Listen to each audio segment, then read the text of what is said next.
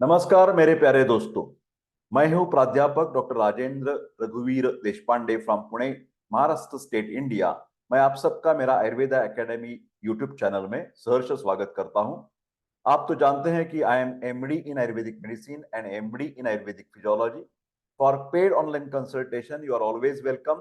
We have the team of the doctors and you can WhatsApp me on 9226810630. The number is everywhere on my YouTube channel. मेरे प्यारे दोस्तों, मैं हमेशा कहता आया हूं ये पुराने सब वीडियोस में कि ये चाहे तो आप ले सकते हैं कि ये स्टूडेंट्स के लिए वीडियो है। फिलहाल ये सिर्फ स्टूडेंट्स के लिए नहीं है, ये सामान्य जन जागृति के लिए भी है, क्योंकि इसमें से हर एक टॉपिक हमारी डे टू डे लाइफ में उपयुक्त है।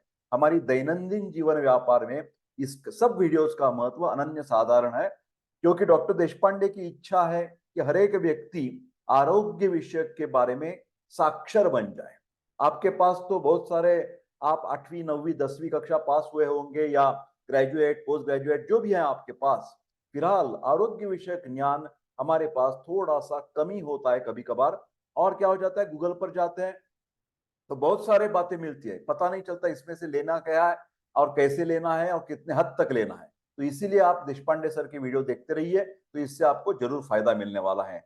आज का वीडियो सभी लेडीज जो है, महिला जो है, उनके लिए बहुत ही उपयुक्त है, क्योंकि आज मैं चर्चा करने वाला हूं कि जो महिला होती है, हमारी माता भगिनी, उनके बहुत सारी हेल्थ प्रॉब्लम्स होती हैं। जनरल भी होते हैं, जैसे उनको, जैसे पुरुषों को बुखार आ जाता सकता है, उनको भी बुखार आ सकता है।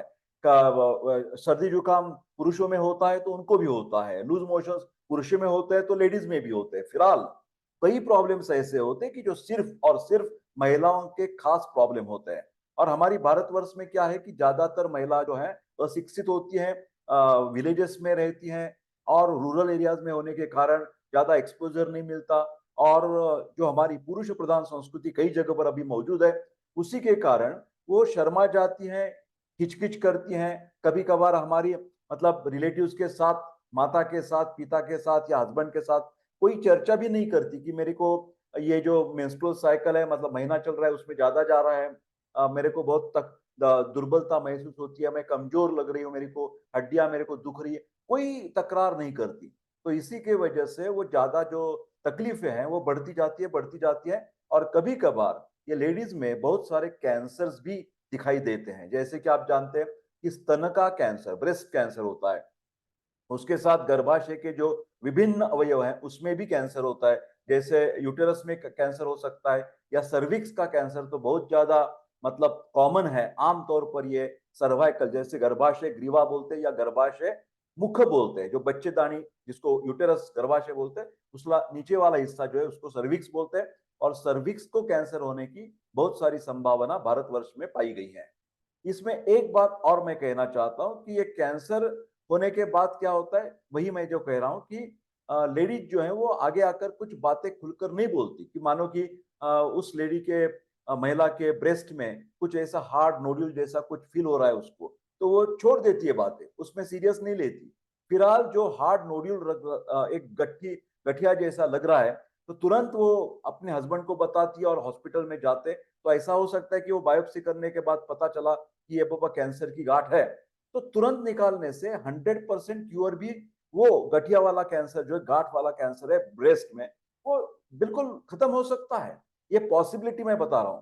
ऐसा नहीं है कि हर एक कैंसर ठीक ठाक हो सकता है। फिलहाल अभी इतने एडवांस चल रहे हैं ना, केमोथेरेपी, रेडियोथेरेपी, उसके द्वारा आप अपनी जो प्रॉब्लम्स है वो बिल्कुल साफ करने की या दुरुस्त करने की हमेशा आपको चांसेस है, संधियां है। तो उसका लाभ महिला ने उठाना पड़ता है। आज मैं महिलाओं के जो बारे में बहुत सारी बीमारियां होते हैं, उसमें कौन सी इन्वेस्टिगेशंस करनी चाहिए, खून की जांच कैसी करनी चाहिए, और भी कुछ रेडियोलॉजिकल इन्वेस्टिगेशन है, सोनोग्राफी है, इसका इस्तेमाल कभी कब किया जाता है और किस वजह से किया जाता है। तो आज पूरी की पूरी जो डिस्कशन है, ये यहाँ पर मैंने टाइटल रख दिया है कि investigation and diagnostic aid. Aid का मतलब होता है मदद। स्त्री को डॉक्टर लोग, हॉस्पिटल, क्लिनिक्स मदद करने के लिए तैयार हैं। उसका जो शिकायत है हेल्थ के बारे में, उसका पूरा डायग्नोसिस होने की जरूरत है। और डायग्नोसिस कैसे करते हैं? तो प्रोविजनल डायग्नोसिस एक प्रकार होता है और दूसरा होता है कन्फर्मेटरी डायग्नोसिस। दो नाम स्टूडेंट्स को याद करने पड़ेंगे। ये जो सब्जेक्ट है, आपको प्रसूति तंत्र स्त्री रोग नाम का एक सब्जेक्ट होता है हमारी बीएमएस स्टूडेंट्स के थर्ड ईयर को, तो उसके लिए सब लेक्चर ज्यादा फायदेमंद है और सामान्य जन को भी इससे फायदा मिलने वाला है। तो आज मैं आपको पहला एक कीवर्ड्स बता रहा हूं कि क्लिनिक्स में डॉक्टर लोग जो दर्शन स्पर्शन प्रश्न या आयुर्वेद में कहा है, मतलब inspection, palpation, percussion and auscultation stethoscope के द्वारा, ये चार परीक्षण के द्वारा और उसके साथ साथ केस टेकिंग बोलते हैं, मतलब हिस्ट्री टेकिंग, उसमें क्या क्या तकलीफ है वो माता भगिनी में, ये सब पूछा जाता है, कब से है और किस तरह वो बढ़ रहा है, ये सब बातें लेना है, एग्जामिन करना है और कुछ प्रोविजनल डायग्नोसिस करना है, मतलब टेम्पररी डायग्नोसिस, ये परमानेंट नहीं होता। जब उसके बाद हम इन्वेस्टिगेशंस करवाते हैं, तो इन्वेस्टिगेशंस के द्वारा ये प्रोविजनल डायग्नोसिस की बात फाइनल हो जाती है और उसको बोलते हैं कन्फर्मेटरी डायग्नोसिस। ठीक है, चलो चलते करते हैं। पहला जो उस इन्वेस्टिगेशन लिखा है, इसको बोलते हैं हिस्टेरोसाल्फिंगोग्राफी। यहां पर देखिए, हिस्टेरोसाल्फिंगोग्राफी लिखा है।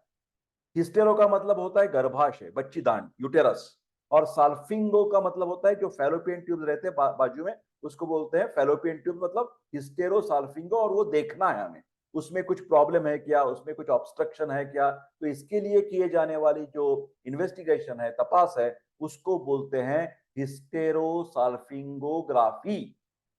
तो उसमें क्या करते हैं हम लोग डॉक्टर लोग? रेडियोलॉजिकल प्रोसीजर है before the advent of sonography. जब तक सोनोग्राफी का शोध नहीं हुआ था, सोनोग्राफी से मतलब हम कुछ तपास नहीं करते थे, उससे पहले वाली ये बात है। अभी ये जब सोनोग्राफी आ गई है या हिस्टेरोस्कोपी लोग करते हैं, डायरेक्ट ऐसे दूरबीन के द्वारा डॉक्टर लोग डायरेक्टली देख सकते हैं, थेट देख सकते हैं बच्चेदानी के अंदर का भाग या फैलोपियन ट्यूब्स का भाग। तो अभी ये रेडियोलॉजी की, एक्सरे की कोई ज्यादा जरूरत नहीं है। कभी कभार जब सोनोग्राफी अवेलेबल नहीं है, हिस्टेरोस्कोपी अवेलेबल नहीं है, तभी हम हिस्टेरोसाल्फिंगोग्राफी इस्तेमाल कर सकते हैं। अभी कब करते हैं ये तपास जो है, इन्वेस्टिगेशन जो है, कब करते हैं? तो इसके लिए यहां देखिए इंडिकेशंस है, मतलब जो भी क्या बोलते हैं ना, पेयर हैं, हस्बैंड एंड वाइफ, उनको बच्चा नहीं हो रहा है, नॉर्मल इंटरकोर्स करने के बावजूद, कोई फैमिली प्लानिंग का इस्तेमाल नहीं कर रहे, कोई ओसी पिल, ओरल कॉन्ट्रासेप्टिव पिल नहीं ले रही है वो वाइफ, उसके कुछ आईयूसीडी मतलब इंट्रायूटेराइन डिवाइस नहीं डाले हैं, कंडोम का इस्तेमाल नहीं कर रहे, फिलहाल नॉर्मल इंटरकोर्स होने करने के बावजूद 1 साल तक कोई बच्चा, 1-2 साल तक नहीं हो रहा है, तो उसको बोलते हैं इनफर्टिलिटी या वंध्यत्व। तो क्यों है ये इनफर्टिलिटी? तो पहले तो सीमेन की जांच करवाते, कभी शुरुआत लेडीज से नहीं करते। हम क्या करते हैं डॉक्टर लोग, पहले जो हस्बैंड है उसका सीमेन देखते हैं और उसमें स्पर्म काउंट कितना ये देखते हैं। इस स्पर्म काउंट जो नॉर्मल होता है, मोटिलिटी नॉर्मल है, कोई एबनॉर्मल स्पर्म नहीं है, तब अब लेडीज की मतलब तपास चालू कर देते हैं, उसमें से ये हिस्टेरोसाल्फिंगोग्राफी आती है। डायग्नोसिस ऑफ कन्जेनिटल एनोमलीज, जन्मजात कुछ विकृतियां हो सकती हैं गर्भाशय के अंदर, फैलोपियन ट्यूब्स के अंदर, तो इसके लिए भी ये जांच करवाते हैं। जेनेटर ट्यूबरकुलोसिस, टीबी सिर्फ फेफड़े को नहीं होता, टीबी पूरे शरीर में कौन सी भी अवयव में हो सकता है, तो इसका कुछ हमें उधर जो बोलते हैं ना प्रूफ मिल रहा है क्या, ये हम देखते हैं। उसके साथ localization of intra uterine contraceptive device, कुटुंब नियोजन के लिए जो कॉपर टी बिठाई जाती है, अंदर रखी जाती है, वो ठीक ठाक है या नहीं है, ये देखने के लिए भी ये हिस्टेरोसाल्फिंगोग्राफी टेस्ट करवाते हैं। उसके बाद आता है diagnosis of cervical incompetence. Cervix जो होता है, उसके जो स्नायु होते हैं, वो अच्छी तरह से इलास्टिक है या कुछ उसमें लैक्सिटी आ गई है, शिथिलता आ गई है। जब सर्वाइकल की ताकत कम है तो उसको बोलते हैं सर्वाइकल इनकॉम्पिटेंस। ये ताकत कम होने से बहुत बार मिसकैरेज या एबॉर्शन हो सकता है, तो इसके लिए देखना पड़ता है। डायग्नोसिस ऑफ सब म्यूकस पॉलिप्स, अंदर कुछ पॉलिप जैसी कुछ ग्रंथि है तो उस देखने के लिए भी HSG हिस्टेरोसाल्फिंगोग्राफी की जाती है।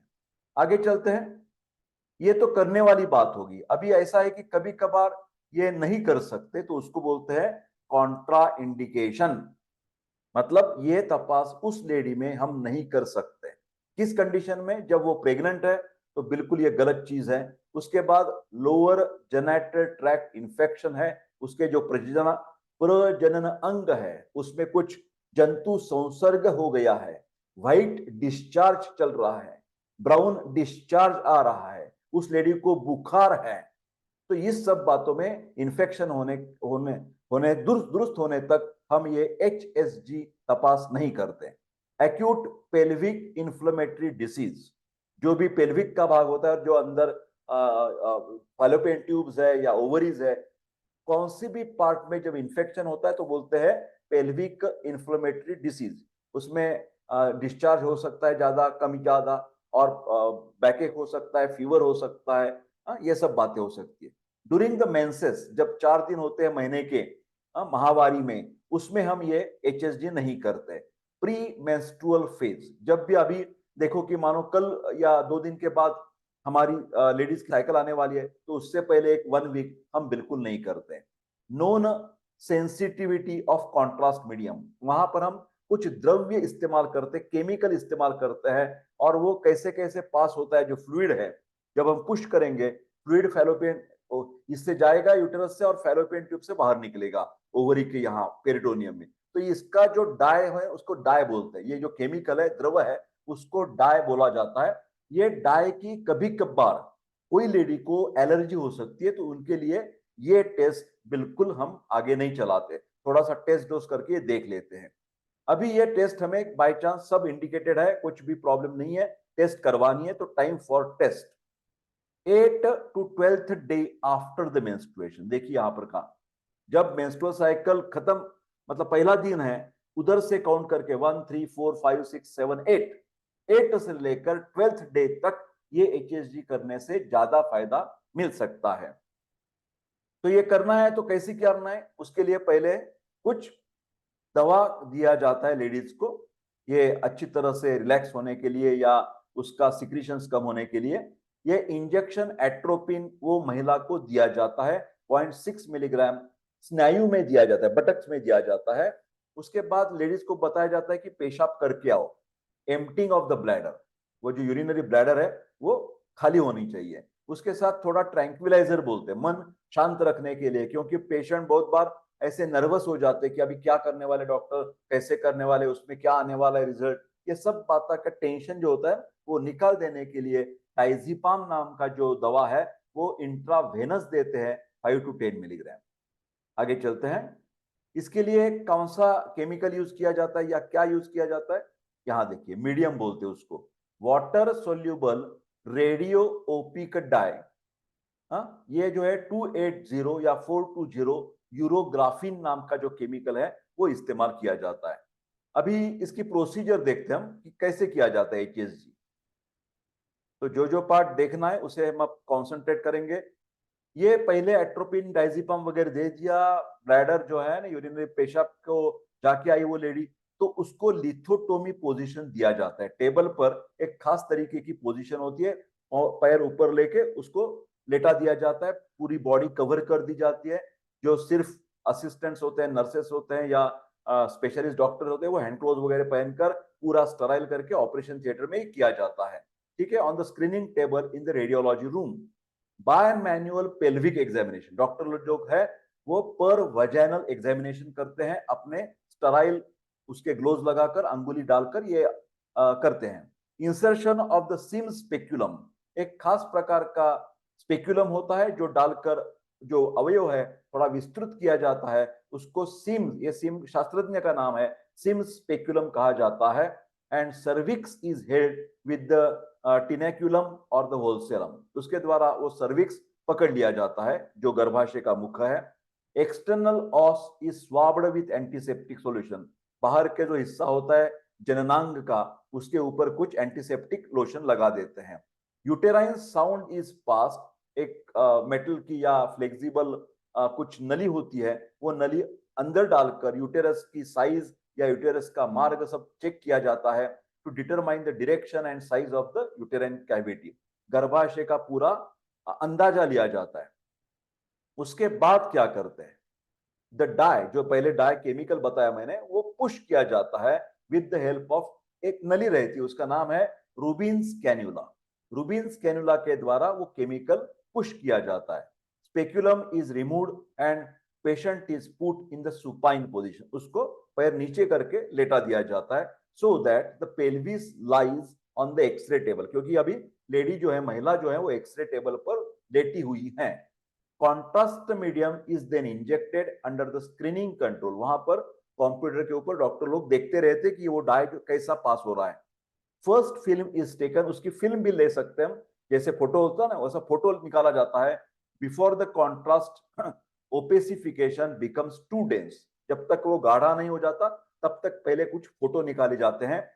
Third film is taken, second and third film, दूसरा और तीसरा जो फोटो है, when the uterus and the tubes are delineated, मतलब जब भी वहां डाई पास हो रहा है तो सेकंड एंड थर्ड फोटो लेते हैं।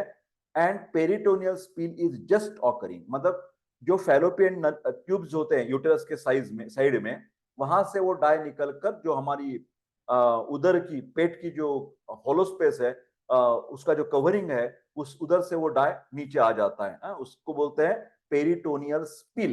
Okay, just occurring from the fimbriated ends, मतलब जो फैलोपियन ट्यूब है उसके जो एंड्स पार्ट है, जहां पर ओवरी होती है, वो ऐसे फिम्ब्रिएटेड होते हैं, हाथ जैसे मैं दिखा रहा हूं ना, ऐसे होते हैं। Usually 8 to 12 ml is required, that chemical quantity is 8 to 12 ml। आगे चलते हैं। यह भी HSG है, उसका कॉम्प्लिकेशंस बहुत रेयर है, फिर कभी कभार हो सकता है। कई लेडियों के लिए, मतलब महिला के लिए, ये पेन हो सकता है, दर्द हो सकता है ये करते समय। Cervical tear, these are the very rare complication, don't worry about it, ये जस्ट बाय फ्लुक। डॉक्टर्स लोग बहुत कौशलता पूर्वक ये काम करते हैं।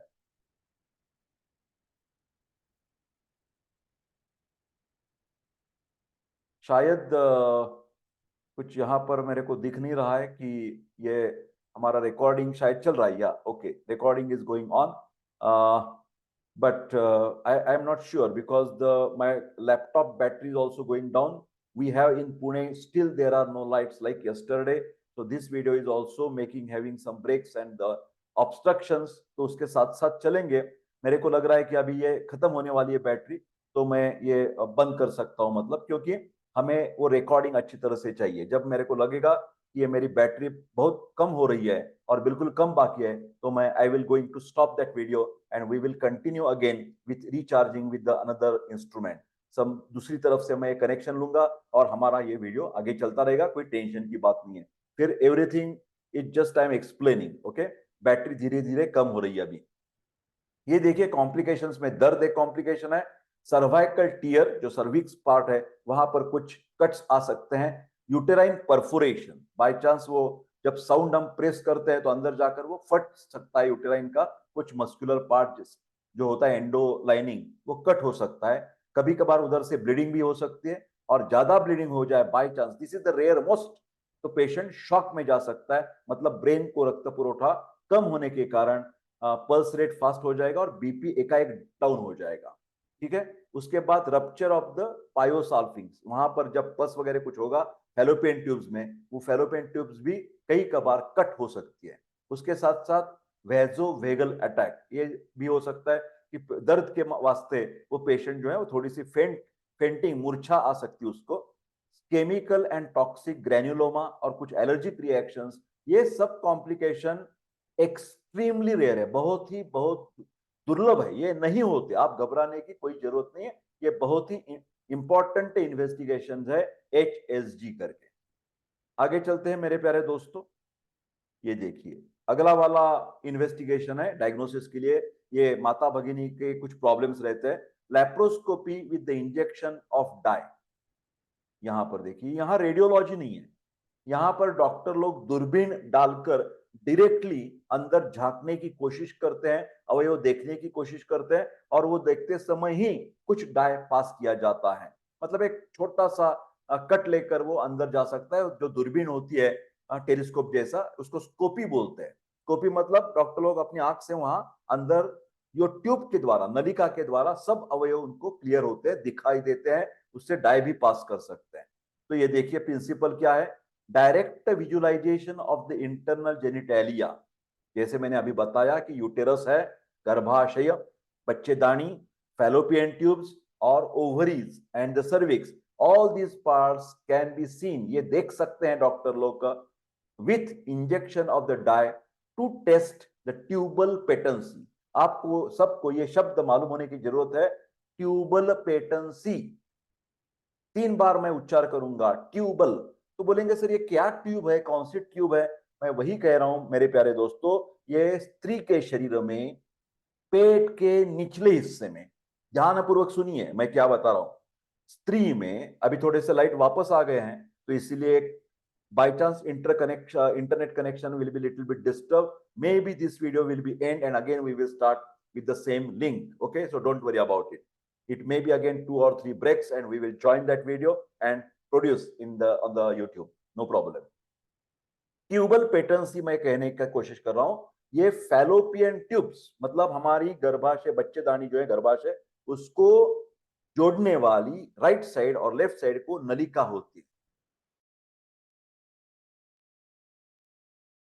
नमस्कार मेरे प्यारे दोस्तों, शायद मेरा आवाज और वीडियो अभी आपके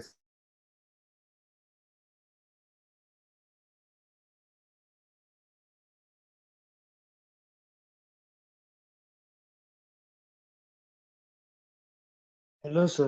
Yes, I have heard that the recording is on, so it's okay. No problem, no issues. We have to be very strong enough. I am very and extremely sorry to Aniket and also Ankit and also all the viewers of my fan viewers and the YouTube channel viewers that since last yesterday I am facing this problem in Gokulinagar Pune area with the MSCB. I again once again निषेध व्यक्त करता हूं उन लोगों का जो electricity board में अधिकारी व्यक्ति हैं। ये कैसे हो सकता है शिक्षा प्रणाली, जब जो भारत की बात कर रहे हैं कि विकसित देश होने वाला है, डेवलप्ड कंट्रीज होने वाली है, तो यहाँ पर ऐसी इंटरनेट की हालत है, तो कैसे हम विकसित भारत की चर्चा कर सकते हैं? ये किसी पॉलिटिकल इश्यू से नहीं मैं बोल रहा हूँ, कि हमारी जो परेशानी उसके लिए बारे में बोल रहा हूँ। कोई दिक्कत नहीं है। मैं जैसे हमेशा कहता हूँ कि आयुर्वेद एकेडमी एक फैमिली जैसी है, तो हर वक्त डॉक्टर देशपांडे को व्यूवर्स समझ लेते हैं और मैं व्यूवर्स की मतलब आदर करता हूं, प्रेम और सहयोग का।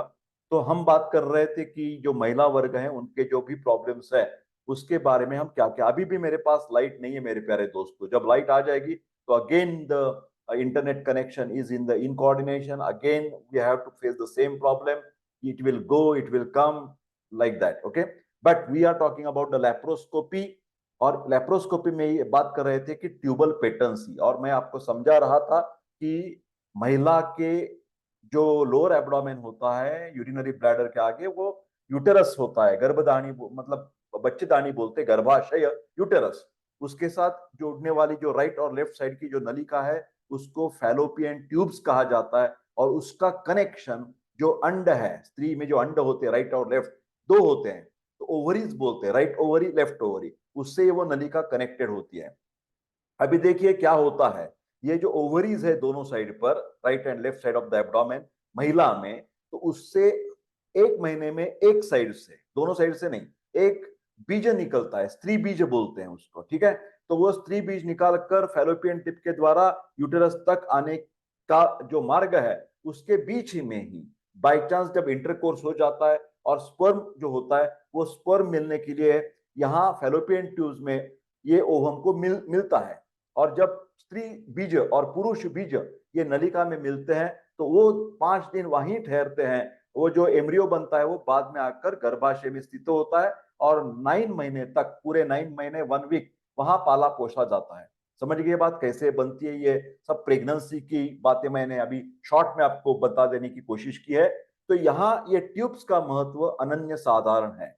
जब जो ओवम में से, ओवरी में से निकलने वाला ओवम है, मतलब स्त्री बीज है, चाहे वो दाहिने साइड से या बाएं साइड से, वो यूटेरस तक आना चाहिए और उधर उसका इम्प्लांट होना चाहिए।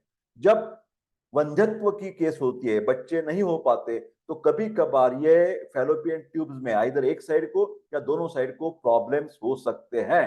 और ये प्रॉब्लम मतलब उधर कुछ स्रोतोरोध है, उधर को ऑब्स्ट्रक्शन है, स्टॉप है फैलोपियन ट्यूब्स में, नलिका बंद है, तो उसको बंद है या चालू है, अच्छी तरह से चालू है या नहीं है, ये देखने को बोला जाता है ट्यूबल पेटेंसी। जब भी वो ट्यूब्स में कुछ ऑब्स्ट्रक्शन है तो निकालने के लिए आयुर्वेद में बहुत सारे उपचार हैं, जिसको उत्तर बस्ती कहा जाता है। उत्तर बस्ती का मतलब ये जो गुद मार्ग से नहीं, वजाना के द्वारा हम कुछ औषधि सिद्ध तैल देते हैं, जैसे कि कासीस तैल आप लिख सकते हैं, या क्षार तैल। स्पेशलाइज्ड गायनिकोलॉजिकल डॉक्टर्स एमडी हुए, एमएस हुए हमारे पास होते हैं आयुर्वेद एकेडमी में।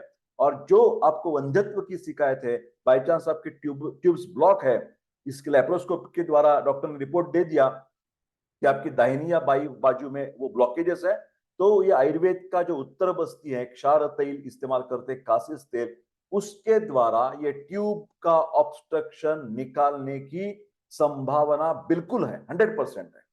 हाँ, तो आप जरूर इसकी मदद चाहिए तो आप ले सकते हैं। अभी देखिए इंडिकेशंस, ये कब करना है लेप्रोस्कोपी, ये सारी इंडिकेशंस पुराने वाले एचएसजी जैसी हैं। पहले हमने देखा ना हिस्टेरोसाल्फिंगोग्राफी, इसकी पहली इन्वेस्टिगेशन उसी के तरीके है, मतलब सस्पेक्टेड जेनेटल ट्रैक्ट और मैलिटी एबनॉर्मेलिटी, जो भी कोई विकृत उधर कुछ अवयव की रचना है क्या स्त्री के शरीर के जननांग में, रिप्रोडक्टिव सिस्टम में, यूटेरस में, फैलोपियन ट्यूब्स में, ओवरीज में, सर्विक्स में, वजाना में कोई दिक्कत है क्या, ये देखने के लिए ये लेप्रोस्कोपी किया जाता है। इन्फेक्शंस और एंडोमेट्रियोसिस, मैंने पहले कई बार बता चुका हूं कि एंडोमेट्रियोस का सिंपल अर्थ ऐसा है कि प्रेगनेंसी के दौरान वो प्रेगनेंसी के जो गर्भ डेवलपमेंट होती है वो कहाँ होनी चाहिए, वो यूटेरस के अंदर होनी चाहिए।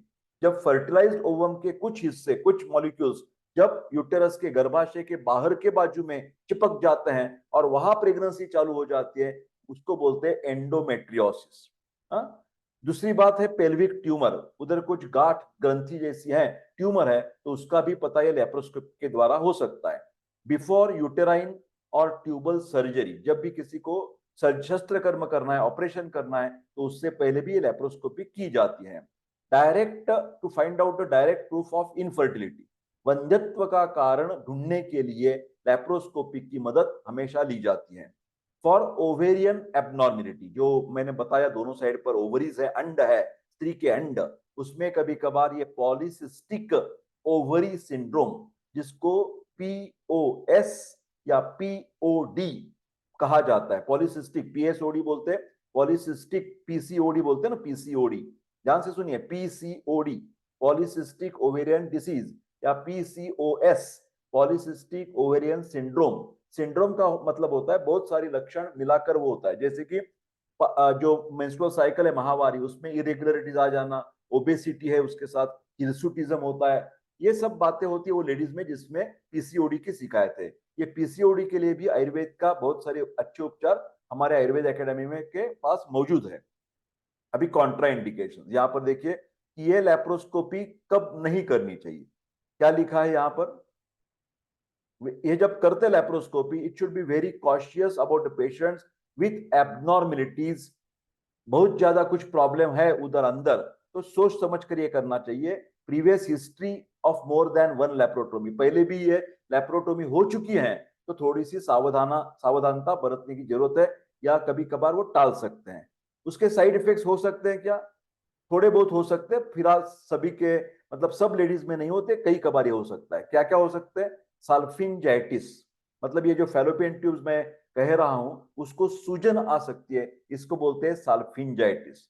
उसके बाद पेल्विक पेरिटोनाइटिस, जो हमारी उदर के अंदर, पेट के अंदर जो अवयव है उसको आवरण जो बोलते हैं, कवरिंग बैग जो होती है, उसको पेरिटोनियम कहा जाता है, और उस पेरिटोनियम में इंफेक्शन हो गया तो उसको पेरिटोनाइटिस कह सकते हैं। तो इससे क्या हो जाता है कि ट्यूबल ऑक्लूजन, जो फैलोपियन ट्यूब्स है वो बंद हो जा सकती है इसी के कारण, मतलब सूजन के कारण या इन्फेक्शन के कारण। इंजेक्शन ऑफ द डाई, जब भी हम डाई कुछ केमिकल पास करते हैं तो it into the peritoneal cavity carries the risk of ascending infection, इसके द्वारा भी इन्फेक्शन का प्रसार हो सकता है। The risk of infection is very minimal, only 1 to 2%। Okay, injury to the gut, जो आंत्र होते हैं उसको कई कबार दुखापत या इंजुरी होने की संभावना है। ब्लड वेसल्स को ट्रॉमा हो सकता है या यूरिनरी ब्लैडर को भी थोड़ा बहुत हानि पहुंचा जा सकती है। इन्फेक्शन ऑफ द अम्बिलिकस, जो अम्बिलिकस का एरिया है उधर कुछ इन्फेक्शन हो सकता है। Same pre operative criteria as like HSG, जैसे हमने उधर क्या किया था, एट्रोपिन दिया था, चाहे वो डायजीपाम का इंजेक्शन दिया था, बाहर का भाग स्टराइल या क्लीन कर दिया था, ये सब चीजें यहाँ पर भी की जाती हैं। अभी कैसे करते हैं, देखिए मेथड लिखी हुई यहाँ पर, लैप्रोस्कोपी कैसे करते हैं।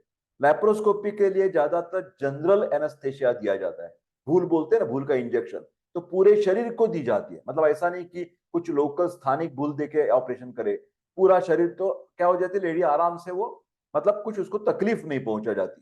तो ये सम्मोहन दिया जाता है, सार्वधायिक सम्मोहन। Insertion of the cannula into the cervix, cervix के द्वारा एक ट्यूब अंदर डाल दिया जाता है। उसके बाद उसके दूरबीन के द्वारा ये सब अंदर वाले अवयव छांच झांक कर देखा जाते हैं डॉक्टर के, तज्ञ डॉक्टर के हिसाब से, उसको लैप्रोस्कोपिक बोलते हैं। उसके बाद उसी दौरान इंजेक्शन ऑफ द डाई, जो केमिकल द्रव पदार्थ है वो पुश किया जाता है। जनरली जो केमिकल है उसका नाम होता है मेथिलीन ब्लू। मेथिलीन ब्लू नाम का केमिकल द्रव वो अंदर डाल दिया जाता है, और वो जब पास होता है यूटेरस के द्वारा, फैलोपियन ट्यूब्स के द्वारा पेरिटोनियम में जाता है, तो ये डाई कैसे कैसे पास हो रहा है, कभी बीच में रुक तो नहीं रहा है, ये देखा जाता है। तो उसके बाद ट्यूब्स की पेटेंसी, मतलब कितना क्लीन ट्यूब है, ये देखने के लिए और खतर जमा करने के लिए, निश्चित ही करने के लिए उसका फायदा हो जाता है। इवेल्युएशन, अभी उसका जब लैप्रोस्कोपी करेंगे तो उससे क्या क्या फायदा मिल सकता है हमें। At laparoscopy the uterus can be inspected, गर्भाशय बच्चेदानी देखी जाती है, उसका साइज, उसका शेप, उसकी पोजीशन, उसमें कुछ ग्रंथि है क्या, फाइब्रॉइड है क्या, या कुछ एंडोमेट्रियोसिस जैसी शिकायत है क्या, ये सब देखा जाता है। उसके बाद ये देखिए कि course, length, mobility, fimbria and general state of the fallopian tube, ये जो ट्यूब्स है उसकी पूरी लेंथ अच्छी है या नहीं, उसके बाद उसकी मोबिलिटी कैसी है, उसकी फिमरियाज कैसी है, ये जनरल स्टेटस कैसा है, ये ट्यूब्स देखा जाता है। उसके बाद आता है कि ओवरीज, जो दाहिने और लेफ्ट साइड को है ना, राइट लेफ्ट, वो ovaries can be determined and search can be made for follicles and corpus luteum, ये भी देखा जाता है। एडेजेंस इन द पाउच ऑफ डाउग्लास, कई कबार जो साइड में जो अवयव है उसमें चिपका जाते हैं तो उसको एडेजन बोलते हैं। एंड पेल्विक एंडोमेट्रियोसिस, उसके बाद अदर इंट्रा एब्डोमिनल एडेजन, कुछ भी वहां अवयव एक दूसरे को चिपक गए हैं तो उसको बोलते हैं एडेजन। वो एडेजन से भी इनफर्टिलिटी जैसे प्रॉब्लम्स आ सकते हैं। ठीक है, प्रैक्टिकल पॉइंट्स, अभी हम जब लैप्रोस्कोपी करते हैं तो क्या क्या देखना चाहिए, देखिए practical points. Laparoscopic should be done in circumstances where a laparotomy can be perform if necessary, मतलब लैप्रोस्कोपी करते समय ही ऐसी डॉक्टर लोगों को मन में सोच होनी चाहिए कि जरूरत पड़ने पर, कुछ अंदर बहुत सारी गड़बड़ी है, हम देख रहे हैं, तो तुरंत वो उसकी जो पैथोलॉजी है, वहां पर जो विकृति है वो दुरुस्त करने के लिए वो पेट को कट कर कर लैप्रोटोमी, मतलब वो एक अवयव जो है वो खुले अपने नेकेड आई से देखकर कुछ जो ऑपरेशन करना होगा, तो उसकी तैयारी भी जब दूरबीन से डॉक्टर लोग देखते हैं तो आगे चलकर जब ऑपरेशन की जरूरत है तो उसकी भी सब व्यवस्था पहले से ही कर देनी चाहिए। If laparotomy is required a suitably skilled surgical team, देखिए दो चीजें अलग है। लैप्रोस्कोपी करने के लिए कुछ एक्सपर्ट रेडियोग्राफ जो है ना, रेडियोग्राफी वाला डॉक्टर वो काम चलाता है, फिर अभी ऑपरेशन की संभावना है तो उसके लिए स्पेशलाइज सर्जन आपके पास, गायनिकोलॉजिकल सर्जन या ऑब्स्टेट्रिक सर्जन होना चाहिए। तो ये दोनों ने साथ मिलकर ये चीजें करने की जरूरत है। नहीं तो ऐसा भी कर सकते, जो लैप्रोस्कोपी करने वाला, दूरबीन से देखने वाला डॉक्टर है, वो सर्जरी में भी एक्सपर्ट हो तो ज्यादा बेहतरीन है, ज्यादातर वैसा ही होता है। Good equipment to obtain and maintain a peritoneum using carbon dioxide, जो न्यूमोपेरिटोनियम, मतलब जब कभी पेरिटोनियम में कुछ हवा घुस गई तो उसको भी अच्छी तरह से कंट्रोल करने के लिए हमारे पास सुविधा होनी चाहिए। अभी लाइट वापस आ गए तो हो सकता है कि इंटरनेट का कनेक्शन फिर एक बार असंतुलित हो जाने की संभावना है। अभी आगे चलते, ये है अल्ट्रासोनोग्राफी, थर्ड इन्वेस्टिगेशन आज के दिन का। तो ये तो बहुत ही अभी पॉपुलर है। मेरे ख्याल से जब ये व्यूवर्स देख रहे होंगे तो उनको पहले थोड़ा सा नया नया चीजें कुछ देखने की, समझने की आई होगी। फिलहाल सोनोग्राफी तो हर एक व्यक्ति को अल्ट्रासोनोग्राफी बोलते हैं, शॉर्ट।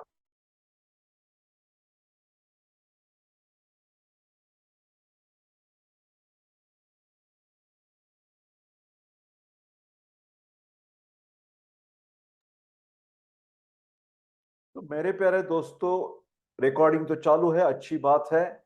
तो ये देखिए, मैं बात कर रहा था अल्ट्रासोनोग्राफी की। ये तो अभी के जमाने में इतना बहुत ही लोगों को पता हो चुका है। हर प्रेगनेंसी में ये सोनोग्राफी 100% की जाती है। सिर्फ प्रेगनेंसी के लिए नहीं, प्रेगनेंसी नहीं बन रही है, मतलब वंध्यत्व की बात है, इनफर्टिलिटी के, तो भी जो अंड कोश होते हैं स्त्री में, ओवरीज के द्वारा ओवम की निर्मित अच्छी ढंग से हो रही है या नहीं हो रही है, उसको बोलते हैं ओव्यूलेशन स्टडी।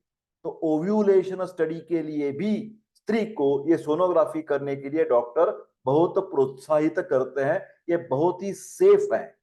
इसका बहुत इंपॉर्टेंट फायदा ऐसा है कि ये साउंड वेव्स के द्वारा किया जाता है, मतलब साउंड वेव्स फेंक दिए जाते हैं और उधर से जो रिफ्लेक्शंस आ जाती है, एको जैसे आ जाता है अवयव का, तो वो कैच करके उसकी प्रतिमा बनाई जाती है और कंप्यूटर में या फोटो लेकर हम देख सकते हैं। ठीक है, ये सोनोग्राफी में साउंड वेव्स का संबंध है, ये भूलिए मत। तो रेडियोग्राफी एक्सरे में अलग है। Radiography X ray is very dangerous if you do repeatedly.